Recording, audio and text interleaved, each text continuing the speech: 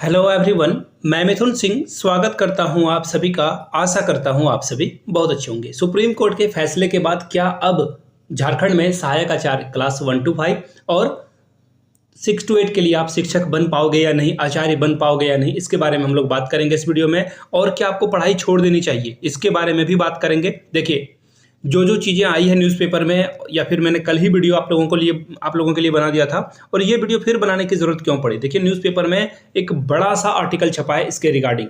यहाँ पे आप देख पाओगे 26,001 सहायक आचार्यों की नियुक्ति के मामले में सुनवाई हुई है। और सुप्रीम कोर्ट का क्या आदेश है आपको पता ही है। हमारी अनुमति के बिना, यानी कि अगर आपको रिजल्ट निकालना होगा तो कोर्ट के ऑर्डर के बिना आप जो है रिजल्ट अपना पब्लिश नहीं कर पाओगे। तो देखिए, एग्जाम आज हुआ है, डेफिनेटली आज 27 तारीख है। तो पेपर 1 जिन लोगों का है उन लोगों को बहुत बहुत बधाई कि आपने अच्छे से पेपर दिया। क्योंकि जैसा मैंने फ़ोन करके कुछ लोगों से पता किया है, ग्रामर के क्वेश्चन पूछे गए थे, यानी कि हिंदी व्याकरण के, और पैसे से सवाल पूछे गए थे। 90% क्वेश्चन बहुत ही इजी था, हलवा वाला क्वेश्चन था। तो पेपर 1 की तैयारी करने की एज सच मुझे नहीं लगता किसी को ज़रूरत है। और बाय द वे, जो कमज़ोर हैं, देखिए ये जनरलाइज मत कर लेना कि सभी लोग आराम से पास कर जाएंगे। तो जिनका पेपर 1 है वो आराम से पढ़ें, अच्छी बात है।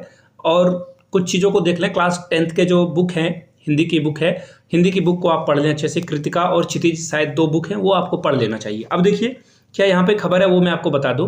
देखिए, पढ़ना तो अल्टीमेटली आपको पड़ेगा ही। हो सकता है कि आप सेलेक्ट भी हो जाओ, उसके बाद सुप्रीम कोर्ट कह दे कि पेंसिल और ये एग्जाम हो जाएगा कैंसिल। ये भी हो सकता है आपके साथ। वो बोलते हैं ना कि उधर जो है थोड़ा हाथ हिलाकर जो है देख लीजिए, आपके साथ एक छोटा सा प्रैंक हुआ है। तो ये काम झारखंड में सदियों से होता हुआ आया है। जब से झारखंड पैदा हुआ है तब से झारखंडी के जो मूल निवासी हैं उनके साथ हमेशा से छल प्रपंच होता हुआ आया है। अब देखिए, बात आती है सीटेट और जेटेट की। तो देखिए, कल ना कुछ कमेंट सेक्शन में कुछ वीर बहादुर लोग कमेंट कर रहे थे कि तुम तो सीटेट के दलाल हो। अरे भाई, सीटेट का दलाल हूं मैं? कहाँ से आते हैं ये लोग? कौन हैं ये लोग? क्यों ही हैं ये लोग? मुझे समझ में नहीं आता।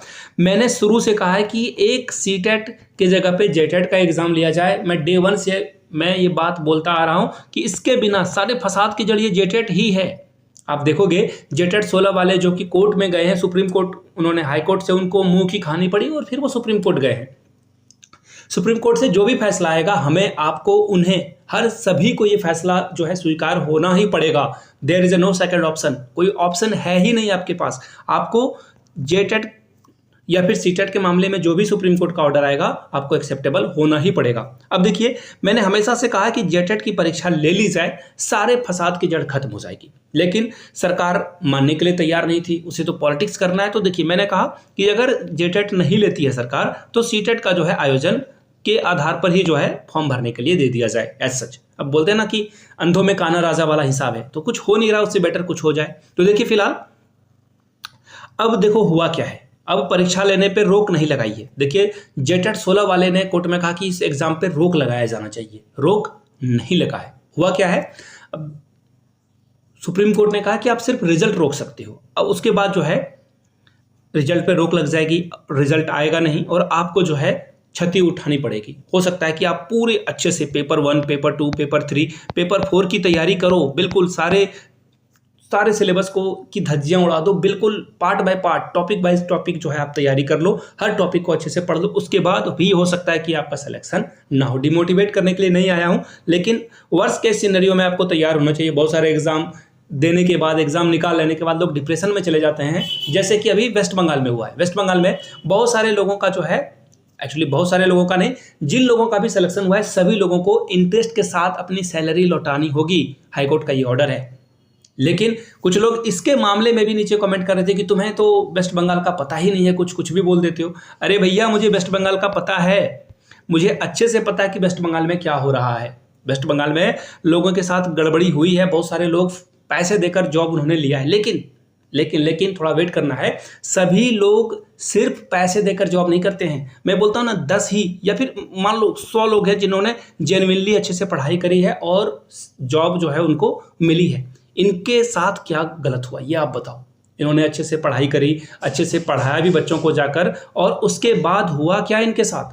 इनको अब जो है सैलरी वापस करनी पड़ेगी। इन्होंने पढ़ाई करी, सारे बेकार हो जाएंगे। तो इसी तरह झारखंड में भी ये हो सकता है, लेकिन एज ऑफ नाउ आपको पढ़ाई करते रहनी होगी। हो सकता है कि मई के महीने में आपका एग्जामिनेशन कंडक्ट करा लिया जाए। तो चलिए मिलते हैं किसी और वीडियो में। ये न्यूज़ आर्टिकल था, मैं सोचा कि ये खबर आप तक जो है शेयर कर देनी चाहिए मुझे। बाय द वे, जनवरी और फरवरी का 2 करंट अफेयर्स मैंने आप लोगों के लिए जो है अपलोड कर दिया है। जनवरी और फरवरी का करंट अफेयर्स आपको मिल जाएगा, और आज शाम तक मैं मार्च का करंट अफेयर्स आपके लिए जो है ले आऊँगा। ये 3 महीने का करंट अफेयर्स हो जाएगा। और फिर जो मिसलेनियस आएगा ना, जिसमें जनवरी, फरवरी और मार्च के कुछ करंट अफेयर्स छूट गए हैं, तीनों के लिए कॉम्बाइन वीडियो में बना दूंगा। उसके बाद हम लोग फिर जो है पीछे वाले महीने में जाएंगे, यानी कि अक्टूबर, नवंबर और दिसंबर। तो फिलहाल के लिए इतना ही। इस वीडियो को शेयर करें किसी व्हाट्सएप या फिर टेलीग्राम ग्रुप पे, जो एजुकेशनल टेलीग्राम ग्रुप है, वहां तक इसे शेयर जरूर कर दें। Thank you so much.